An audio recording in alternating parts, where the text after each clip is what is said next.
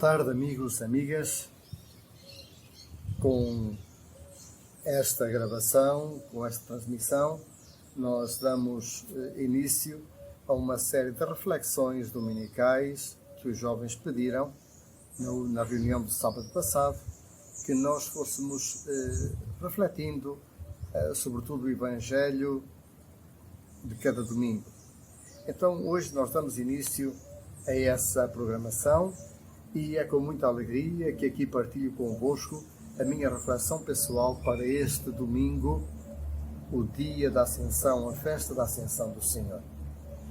Vocês sabem, a Páscoa é celebrada em 3 momentos importantes. O primeiro momento é a festa da ressurreição, que celebramos há 40 dias atrás. O segundo momento é a Ascensão, quer dizer, Jesus ressuscitou dos mortos, mas ele agora assume reassume a sua natureza divina, se encontra com o Pai. E depois do terceiro momento, nós vamos celebrá-lo na festa de Pentecostes, no próximo domingo.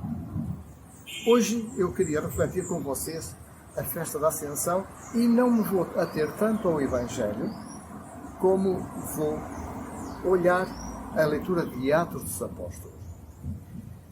Deixem eu dar-vos um ar de curiosidade também.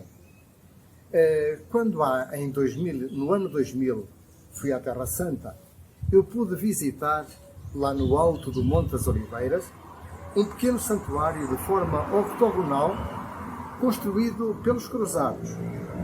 E esse santuário, que é muito pequeno de facto, ele foi erigido em memória da Ascensão do Senhor. Depois, mais tarde, ele foi convertido em mesquita, mas tem a forma octogonal exatamente para significar que, para os cruzados, para os cristãos, aquele lugar é um lugar de muita importância, de muita veneração. Tem 2 particularidades esse pequeno templo. A primeira é que, originalmente, ele foi construído sem cúpula, nem qualquer espécie de telhado. E com isso os cruzados quiseram significar que o Senhor se elevou naquele local até ao céu. A segunda particularidade é uma rocha preservada religiosamente pelas gerações e que tem marcada uma pegada humana. Recordo-me de ter manifestado o meu ceticismo sobre a autenticidade da pegada e 2 médicos, ambos professores de uma faculdade de medicina em Portugal, fizeram-me tatear a pretensa pegada, demonstrando que anatomicamente ela era perfeita. Claro, não estou preocupado se trata ou não de uma lenda ou se aquela pegada é a pegada que Jesus deixou, como a tradição naquele lugar nos diz. Como não me preocupam as incoerências cronológicas e até do local que as diferentes narrativas da Ascensão nos apresentam. Enquanto, por exemplo, o evangelista Mateus, que é o evangelho deste domingo, localiza o acontecimento na Galileia, Lucas apresenta diferenças substanciais entre a narração do seu evangelho. A Ascensão, no evangelho de Lucas, teria acontecido em Betânia, no próprio dia da ressurreição. Vejam isso em Lucas 24, 50, 53. É curioso nós olharmos isso. E o texto dos Atos dos Apóstolos, que nos é proposto para a liturgia deste domingo.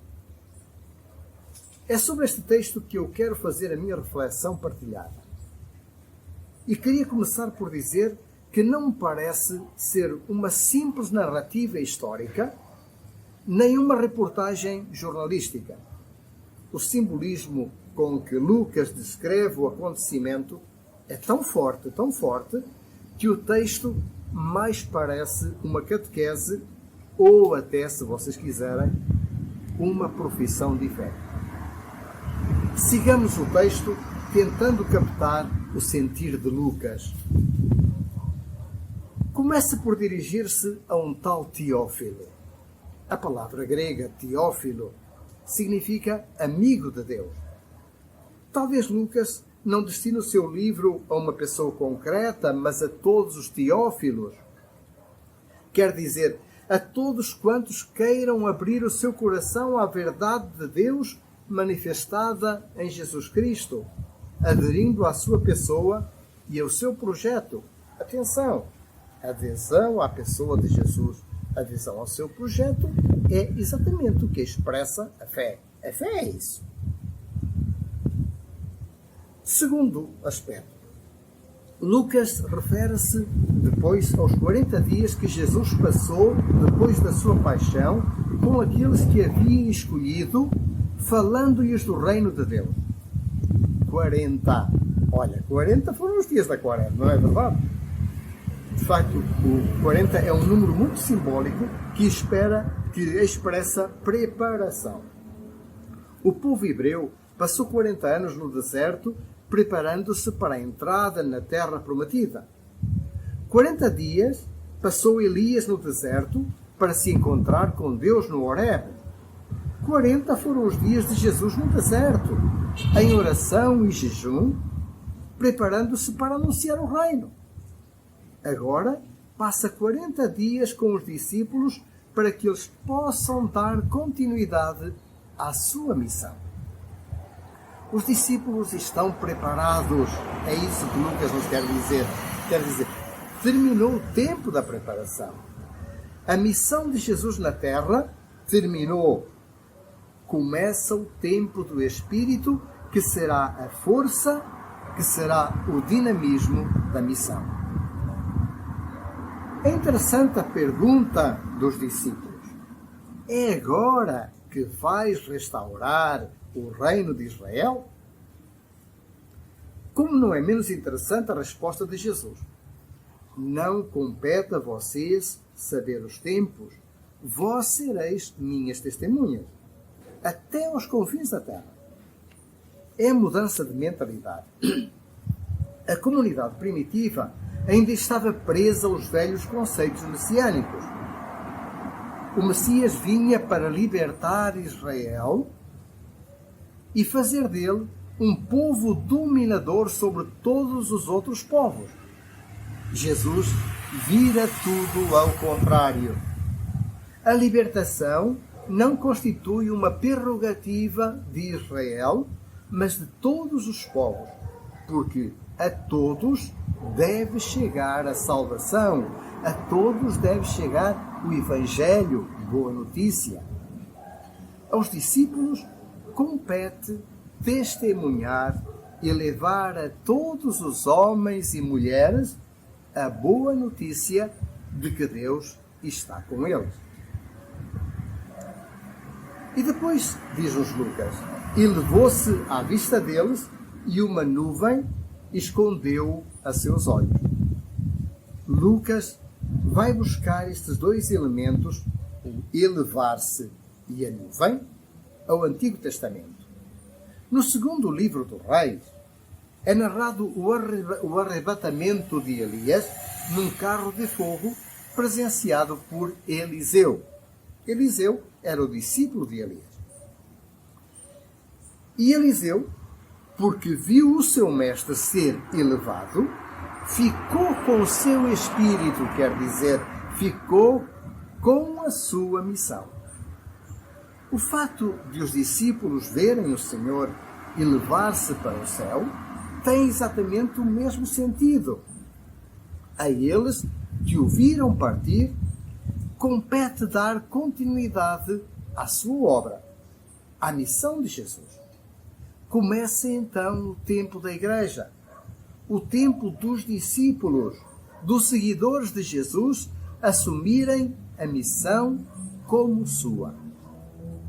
É o tempo de voltarem ao mundo para aí serem fermento de mudança. Depois, uma nuvem escondeu a seus olhos. A nuvem é o símbolo da divindade. Quando Deus se encontrava com Moisés, descia na forma de uma nuvem à tenda da reunião. Ao envolver Jesus numa nuvem, Lucas faz uma profissão de fé na divindade de Jesus. É o certificado de garantia por parte de Deus. O injustiçado da cruz, aquele sobre cujo sepulcro haviam rolado uma pedra para selar o seu fim, torna-se agora Senhor, envolto na própria glória de Deus. E estando de olhar fito no céu, apresentaram-se 2 homens vestidos de branco que disseram: por que estáis olhando para o céu? Muitos eram os que nas primeiras comunidades acreditavam ter chegado o fim dos tempos e estar próximo o fim do mundo. E isso possivelmente os levava a esquecerem que o mundo é o lugar da realização do reino. E o reino não se constrói com devoções e com rezas, mas com atitudes de vida. A oração é importante na medida em que nos faz comprometer mais, em que nos faz perceber e assumir a vontade, o projeto de Deus. Mas a fé não pode aliar-nos dos problemas do mundo. Pelo contrário, em consequência da fé, precisamos empenhar-nos mais e mais na transformação das estruturas. E há tanta coisa para transformar, sobretudo agora. Em meio a esta pandemia que parece não ter fim, vale a pena saborearmos este texto de Atos dos Apóstolos. Talvez nos sintamos retratados em tantas das nossas atitudes. Quantas vezes ficamos sem entender, sobretudo neste tempo de pandemia, com os olhos vidrados no céu, esperando ver Deus agir para resolver a situação. Quantas vezes nos sentimos sozinhos, abandonados, desamparados, porque o Senhor está acima das nuvens, talvez entre as nuvens, sem se dar conta da agonia da nossa impotência. Quantas vezes nos interrogamos sobre o porquê de tudo isto? Quantas vezes nos perguntamos por que Deus não age? Por que se mantém tão distante? Por que estáis olhando para o céu? Esse Jesus que vistes partir continua presente e atuante no meio do mundo. Olhai para o mundo para perceberdes a sua presença. E deixando-vos tocar por essa presença, tornai-vos sinais dele, do seu amor, na vida uns dos outros. Talvez faça sentido a pegada na rocha do Monte das Oliveiras. Ele deixou a sua pegada no mundo, não numa rocha, mas no coração de quantos sentem a esperança voltar, a dignidade restituída, o sentido de vida readquirido. Talvez precisemos trilhar o mesmo caminho, realizando as mesmas obras, sendo nós, com nossas atitudes, manifestações da sua presença. O que vamos fazer com a nossa vida quando esta pandemia passar? Como queremos viver? Um grande abraço a cada um de vocês. Shalom. Vozes de paz estão se ouvindo. Vai pela estrada o peregrino. Rios de amor estão fluindo.